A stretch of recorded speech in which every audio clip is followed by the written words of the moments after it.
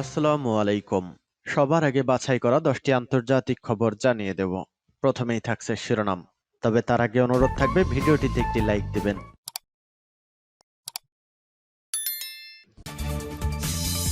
পুরোদমে ইসরায়েল ফিলিস্তিনি যুদ্ধ চলছে, জানিয়ে দেব হাতে থাকা গুরুত্বপূর্ণ আপডেট আন্তর্জাতিক সংবাদ। প্রথমেই সংবাদ শিরোনাম, সিরিয়ায় ইসরায়েলি হামলায় ইরানি বিপ্লবী গার্ড বাহিনী 4 কর্মকর্তা নিহত। এরপর জানিয়ে দিব যুক্তরাষ্ট্রের শীতকালীন ঝড়ে নিহত অর্ধ শতাধিক। এদিকে গাজার কবরস্থানগুলো গুড়িয়ে দিচ্ছে ইসরায়েল। আরো জানিয়ে দিব সুদান যুদ্ধে এক শহরে নিহত হয়েছিল 15,000 বলছেন জাতিসংঘ। এরপর জানিয়ে দিব গাজায় 24 ঘন্টায় নিহত 165 ফিলিস্তিনি। এবং সর্বশেষ জানিয়ে দিব মিয়ানমারের 600 সেনা দেশ ছেড়ে পালিয়ে মিজোরামে উদ্বিগ্ন ভারত। শুনছিলেন সংবাদ শিরোনাম, এখন বিস্তারিত। তবে অনুরোধ থাকবে ভিডিওতে একটি লাইক করে দিন এবং কমেন্ট করে জানিয়ে দিন আপনার মূল্যবান মতামত। সিরিয়ায় ইসরায়েলি হামলায় ইরানি বিপ্লবী গার্ড বাহিনীর 4 কর্মকর্তা নিহত।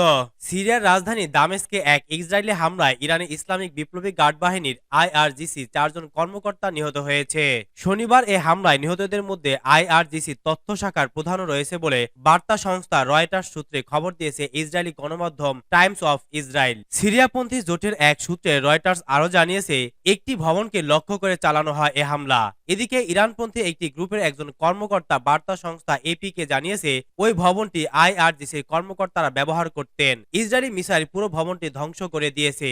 এদিকে ভালো অবগত একটি সূত্রে আল জাজিরা জানিয়েছে সিরিয়ায় বিপ্লবী গার্ড বাহিনীর গোয়েন্দা শাখার একজন ঊর্ধ্বতন কর্মকর্তা এবং তার সহযোগীরা এই ভবনে অবস্থানের তথ্য জানার পরে সেখানে হামলা চালায় ইসরায়েল। ব্রিটেন ভিত্তিক সিরিয়ান অবজারভেটরি ফর হিউম্যান রাইটসের তথ্য অনুসারে ওই কর্মকর্তাদের বৈঠক চলাকালে 4 তলা এই ভবনটিতে হামলা চালানো হয় এবং এতে 5 জন নিহত হন। সিরিয়ার রাষ্ট্রীয় ভিডিও প্রতিবেদন করেছে যে ওই ভবনটি লক্ষ্য করে ইসরায়েল আগ্রাসন চালিয়েছে। এদিকে অসমর্থিত সূত্রে হিব্রু ও আরবি ভাষার গণমাধ্যমগুলো খবর দিয়েছে যে ওই হামলায় ফিলিস্তিনি ইসলামিক জিহাদ নেতা আকরাম আল আজৌরিও নিহত হয়েছেন। তবে ইসলামিক জিহাদ রয়টার্সকে জানিয়েছে তাদের কেউ আহত হয়নি। এদিকে আল জাজিরা জানিয়েছে 4 জন কর্মকর্তা নিহতের বিষয়টি স্বীকার করেছে আইআরজিসিও। যুক্তরাষ্ট্রের শীতকালীন ঝড়ে নিহত অর্ধ শতাধিক। যুক্তরাষ্ট্রে 2 সপ্তাহে শীতকালীন তীব্র ঝড়, প্রচন্ড ঠান্ডা ও শৈত্যপ্রবাহে 55 জনের প্রাণ গেছে। কয়েকদিন ধরে টানা শীতকালীন ঝড়ে অনেক এলাকা কার্যত অচল হয়ে পড়েছে। খবর এপির। একাধিক মার্কিন গণমাধ্যম জানিয়েছে এখন পর্যন্ত মারা গেছেন তাদের বেশিরভাগ আবহাওয়া সংক্রান্ত পরিস্থিতি, যেমন বরফের রাস্তার কারণে গাড়ি দুর্ঘটনা এবং কাছাকাছি হিমাস্কের নিচে তাপমাত্রায় হাইপোথার্মিয়ায় আক্রান্ত হয়েছেন। প্রবল তুষারপাত ও রাস্তায় বরফের স্তূপ জমার কারণে যানবাহন উল্টে যাওয়া এবং দুর্ঘটনা সহ মহাসড়কগুলোতে বিশৃঙ্খলা সৃষ্টি হয়েছে। এদিকে শীতকালীন ঝড় শুরু হওয়ার পর থেকে 10,000-এর বেশি ফ্লাইট বিলম্বিত এবং প্রায় 3,000 ফ্লাইট বাতিল করতে হয়েছে। আরো ফ্লাইট বিলম্ব এবং বাতিল হতে পারে বলছে ফ্লাইট ট্র্যাকিং পরিষেবা ফ্লাইট ওয়্যার। পাওয়ার আউটেজ ইউএস ওয়েবসাইট অনুসারে প্রায় 1 লাখ বাসিন্দা এখনো বিদ্যুৎহীন রয়েছে। যুক্তরাষ্ট্রের ন্যাশনাল ওয়েদার সার্ভিস এনডব্লিউএস জানিয়েছে ভারী তুষারপাত ও হিমশীতল বৃষ্টি প্রশান্ত মহাসাগরে উত্তর পশ্চিমে বেশিরভাগ অংশকে ঢেকে দিয়েছে, ফলে তুষারঝড়ের পাশাপাশি আরো তীব্র শীতের পূর্বাভাস রয়েছে। এই পরিস্থিতিতে যুক্তরাষ্ট্রে প্রায় প্রতিটি রাজ্যে সতর্কতা জারি করেছে এনডব্লিউএস। 70 মিলিয়নেরও বেশি মানুষ শীতকালীন আবহাওয়ার সতর্কতার আওতায় রয়েছে। তুষারপাতের সবচেয়ে ভারী সময় এখনো আসেনি উল্লেখ করে এনডব্লিউএস জানিয়েছে শুক্রবারের মধ্যে নিউ ইয়র্ক ও কানেকটিকাটে 5 ইঞ্চি পর্যন্ত তুষারপাত হতে পারে। বাফেলো নিউ ইয়র্কের মধ্যে 30 ইঞ্চি তুষারপাত হয়েছে। পরবর্তী 24 থেকে 48 ঘন্টার মধ্যে সেই পরিমাণ দ্বিগুণ হতে পারে।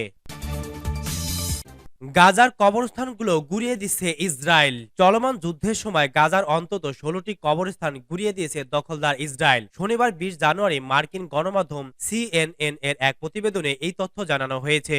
প্রতিবেদনে বলা হয়েছে দক্ষিণ গাজার খান ইউনিস সহ আরো নানা স্থানের অন্তত 16টি কবরস্থান গুড়িয়ে দিয়েছে ইসরায়েল। তারা কবরস্থানে মাটি খুঁড়েছে, এরপর সেখান থেকে মৃতদেহগুলো তুলে ফেলেছে। এছাড়া কবরের পাথরগুলো চূর্ণ বিচূর্ণ করে ফেলেছে।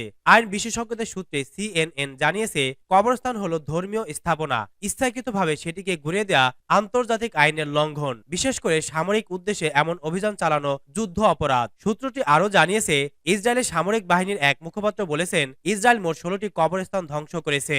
তবে তিনি দাবি করেছেন, কিছু কিছু ক্ষেত্রে বাধ্য হয়ে তারা কবরস্থানে লক্ষ্যবস্তু বানিয়েছে। মার্কিন এই গণমাধ্যম জানিয়েছে, কোনো কোনো ক্ষেত্রে দেখা গেছে যে ইসরায়েলি বাহিনী তাদের অবস্থানের সুবিধার জন্য কবরস্থানকে বুলডোজার দিয়ে ঘুরিয়ে দিয়েছে। সুদান যুদ্ধে এক শহরে নিহত হয়েছিল 15,000 বলছেন জাতিসংঘ। আধা সামরিক র্যাপিড সাপোর্ট ফোর্সেস আরএসএফ এবং তাদের মিত্র আরব মিলিশিয়াদের জাতিগত সহিংসতায় গত বছর সুদানের পশ্চিম দারফুর অঞ্চলে শুধু একটি শহরে 10 থেকে 15,000 মানুষ নিহত হয়েছে। শুক্রবার জাতিসংঘের নিরাপত্তা পরিষদে প্রকাশিত এক প্রতিবেদনে এ তথ্য জানানো হয়েছে। স্থানীয় সময় শুক্রবার 19 জানুয়ারি এই প্রতিবেদনের প্রকাশ পেয়েছে। পশ্চিম দারফুরের এল জেনেইনা শহরে এ প্রাণহানি ঘটনা ঘটেছে।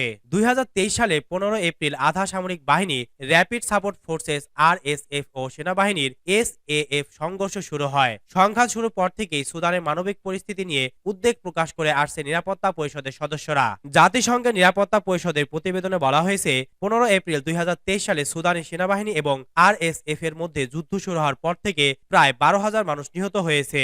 পর্যবেক্ষকরা বলছেন, সংযুক্ত আরব আমিরাত উত্তর চাঁদের আমোদ জারাজ দিয়ে প্রতি সপ্তাহে বেশ কয়েকবার আরএসএফ কে সামরিক সহায়তা দিয়েছে। গত বছরের নভেম্বরে সুদানের এক শীর্ষ জেনারেল সংযুক্ত আরব আমিরাত আরএসএফ এর যুদ্ধে প্রচেষ্টাকে সমর্থন করেছে বলে অভিযোগও করেছিলেন। তবে পর্যবেক্ষকদের কাছে পাঠানো এক চিঠিতে সংযুক্ত আরব আমিরাত বলেছে, যুদ্ধ থেকে পালিয়ে আসা সুদানিদের সাহায্য করার জন্য আমোদ জারাজকে মানবিক সহায়তা দিয়েছে। গাজায় 24 ঘন্টায় নিহত 165 ফিলিস্তিনি। ইসরায়েলে হামলায় গত 24 ঘন্টায় 165 ফিলিস্তিনি নিহত হয়েছেন। হামাস পরিচালিত গাজা স্বাস্থ্য মন্ত্রণালয়ের সর্বশেষ পরিসংখ্যানে এ তথ্য দেওয়া হয়েছে। এতে আরো বলা হয়, 24 ঘন্টায় ইসরায়েলে হামলায় 280 জন আহত হয়েছেন। খবর দ্য গার্ডিয়ানের। বার্তা সংস্থা রয়টার্স জানিয়েছে, গত 7 অক্টোবর থেকে গাজায় ইসরায়েলি হামলায় 24,927 জন ফিলিস্তিনি নিহত ও 62,388 জন আহত হয়েছেন। এদিকে আজ সকাল থেকে ইসরায়েলে বোমা হামলায় এ পর্যন্ত নিহত হয়েছেন 18 জন। গাজায় অবস্থানরত সাংবাদিকরা এ তথ্য দিয়েছেন। তারা জানান, গাজায় আল আমাল, খান ইউনুস সহ বিভিন্ন জায়গায় হামলা করেছে ইসরায়েল। এদিকে পশ্চিম তীর থেকে রাতারাতি আরো 22 ফিলিস্তিনিকে আটক করে নিয়ে গেছে ইসরায়েলি পুলিশ। প্যালেস্টাইন প্রিজনার্স ক্লাবের তথ্যমতে এ পর্যন্ত ফিলিস্তিনি আটকের সংখ্যা 6,115 জন।